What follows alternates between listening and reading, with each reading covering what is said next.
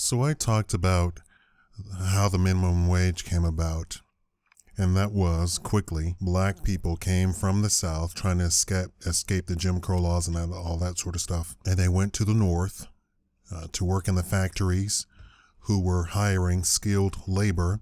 And the black people in the South were the skilled people at the time. And when they came up to the North, they offered to work for much cheaper than what the white laborers were asking to work for, or what the going rate was. And of course, they were hired. They were snapped up, scooped up. They were so happy to have skilled laborers come and make them such a great offer. And it's what you call an offer they just can't refuse.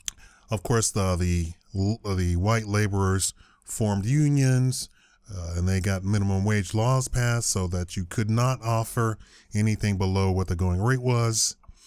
And they had race riots, and they murdered black people in the street, and the streets ran red with the blood of black people in the North and the East, not the South. Now, this video is about making them an offer that they can't refuse.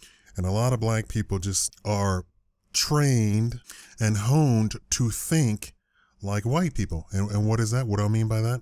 That you're owed something, Now, I don't want to take that away from you. Maybe in your psychology, you feel that you're owed something, but I am here to teach you how the game is played. And for this video, I want you to concentrate on making them an offer that they can't refuse. And what is that? I want you to be twice as good as white people. I want you to offer yourself at a price that they just cannot pass up. I want you to focus and be the most skilled person, the smartest person in the room. This is what I want you to be. This is how you play the game. I came from private school, and I went to public school in my senior year in high school. I went to an AP class, English class, and my first day, the other students had already been there, right? And so I walked in, and the teacher asked us, I want you to define this. And she went around the room, and people were giving one-word answers. And so then she came to me, and I said, well, I didn't know that the assignment was like that. I'm not used to the way you do things here, but here is my definition. And I had a page of stuff, and just everybody was blown away. That is what I want you to go above and beyond in everything. First, I want you to concentrate on something that is marketable, meaning something that people want out of you. So if you're going to get a job, and let's say you have absolutely no skill, so what is the offer that they just can't pass up? I want you to be the best minimum wage employee that they have ever seen in their life. And everybody think that's funny. That is not funny. If you have no skills, you absolutely have nothing to offer, right? Let's be clear about what I'm talking about. So in the realm of minimum wage, if that's all that you can absolutely muster to get a job at, I want you to walk through the door, and I want you to blow the socks off of everybody who's in the building. Everybody. You think that's fun? Well, it's just a minimum wage job. You know, they already have written books talking about dress for the job you want, not the job that you have. So minimum wage literally means that you would walk through the door with a tank top, shorts, no shoes, hair uncombed. That's as a manager. Let's say I worked in a fast food chain and I'm the manager of the restaurant. I wouldn't think anything of somebody walking through my door asking for a minimum wage job and being dressed like a bum. Why? Because it's minimum wage. I don't expect anything out of anybody who works for minimum wage. I don't expect any. I worked for a restaurant. I managed a restaurant, and the guy almost set the place on fire. And he said, "Am I fired?" I go, "No, you're not fired. You're making minimum wage. Why would I fire you when the next person would do the same exact thing? I don't expect anything out of you. I do not expect anything out of you. Anything." So what I'm telling you is you're going to tailor yourself to make them an offer that they cannot refuse.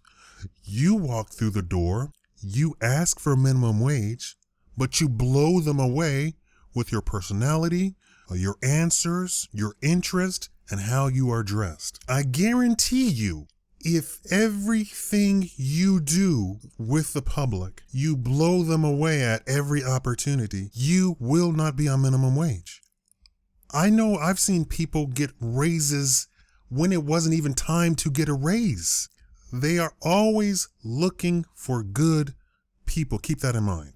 They are always looking for good people. If you present yourself as something that they just cannot replace, you will not be making minimum wage. I've seen people get raises a week after they're hired. I've had it happen to me. Can you imagine me walking through the door working for a very low wage? I've had people say, "This is all I can offer you." And I said, "Yes, of course, that's exactly what I expected. I will take it." And a month later, they offered me a raise. They said, "Well, I don't feel comfortable having you with your personality representing my company the way that you do and paying you such a low wage. Here is a raise." That is how you do it. This is a video game. You have to be the absolute best character that somebody can have. So some of you cannot take my advice because you're just not in the position. In your heart, you don't feel that you're in the position to be able to do the things I do. I'm telling you, you can, but I'm meeting you halfway. Even if you feel in your heart that you can't follow my advice and all the things that I've said in my videos, I'm meeting you halfway. I'm telling you now, you need to meet me halfway. If all you think you can do is minimum wage, I want you to go save your money. Skip all of this stuff about, I'm going to buy me some J's. I'm going to buy me this. I'm going to buy me that. That is third grade. "Ooh, Mom, I want candy." That's childish. This is a game now. If you're working, if you're of the age to be able to work, meet me halfway. And what's the halfway? Be the best that you possibly can be. And I want you to blow the socks off of everybody you meet. That means if you already have a job, I want you to go to Walmart and get the very best looking button-down shirt, slacks, shoes, and I want you to walk into your job tomorrow and I want you to blow everybody away. And the very first part of that is speaking English. And I don't mean just speaking English, so I mean be eloquent about it. Practice tonight. Practice after dinner. Go to the bathroom, look in the mirror. Do you know that this is what CEOs do? Do you know this is what top salesmen do? And when you're thinking about top salesmen, I'm thinking about top salesmen. I'm thinking about the people who put together oil deals, who make $1 million out of the deal. That's what I'm talking about when I say top salesman. I'm not talking about somebody who sells shoes. I'm talking about people who move the country, who shape the economy with sales. They go into their bathroom or they have their full-length mirror and they speak for hours in front of their full-length mirror or their bathroom mirror. It works, it works, it works. Just like if you just picked up a bow and arrow and you've never shot a bow and arrow before, what does it take for you to get good at the bow and arrow? Practice. So what does it take for you to be eloquent? Practice. I want you to be eloquent. I want you to knock the socks off of everybody that comes in contact with you in a professional manner. Now, if that means when you go with your friends, you talk like, "Nah, I'm saying, nah, you know what I mean? Hey, bruh," when you're talking like that with your friends, that is perfectly all right. I'm talking about in a professional manner. And here's a little caveat to that. You never know whom you are walking past. Just like people say, if you want to meet famous people and you go to a concert, wear your very best because you don't know if you walk past a security guard or a bodyguard or somebody like that and they say, "Hey, Miss Patti LaBelle would like to see you." And it's funny, people have said that they have done this, dressed to the nines at all times when they're around in the public, and they have met people and they have not been embarrassed by what they are wearing because they are always dressed sharp. You know, people already say, you know, in relationships, in love, if people are interested in you, oh, that guy, he's always dressed so sharp. You know that for humans, that is attractive. So your dress, the way you speak, that means at your minimum wage job, you show up wearing very nice clothes, you put on your uniform, and then when you leave, you take off your uniform and you get into your nice clothes. You're playing a psychological game with the manager. The manager is going to equate you with a professional look. And in their brain, their subconscious brain, at the back of their mind, they are going to equate you with a professional look. And that's going to tell their brain, I'm teaching a little bit of skills that I do. It's called you're programming your manager. You're programming your boss. Your boss will think of you as a professional person. I've had people give me interviews where I didn't even send a resume, banks, because I walked around dressed the way that I do normally. And they said, oh, I thought you worked for Merrill Lynch. I thought you were already in insurance. I thought literally, I've had interviews like that.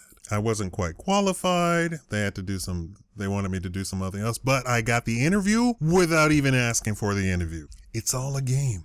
And I want you to make everyone whom you come across professionally an offer that they cannot refuse. Just like the black people moving from the South who moved to the North, they offered those manufacturers and those factories an offer that they could not refuse. Skilled labor, years of experience, and at a cheaper price than the going rate for the labor. There was no way that they couldn't say no. And it didn't matter that they were black. Oh, I know everybody wants to think that the North was all nice and progressive and they believed that black people were equal to white people. That is not the case. That is not true. The United States was and still is, for the most part, a racist place, a racist nation. It is founded on racism, built on racism, and continues on racism. I know a lot of you can't see it, but until you actually understand the definition of racism, and not just stereotypes and not just bigotry, but racism, it's very specific, then you'll understand where I'm coming from and what this nation is really about. Understand this, Wall Street is still running on money that they made from slavery. Wall Street is still running on money that they made from slavery. Slaves were sold on Wall Street, not in Georgia, not in Virginia. They were sold on Wall Street and then shipped to the various states that they were going. Maybe you don't know that.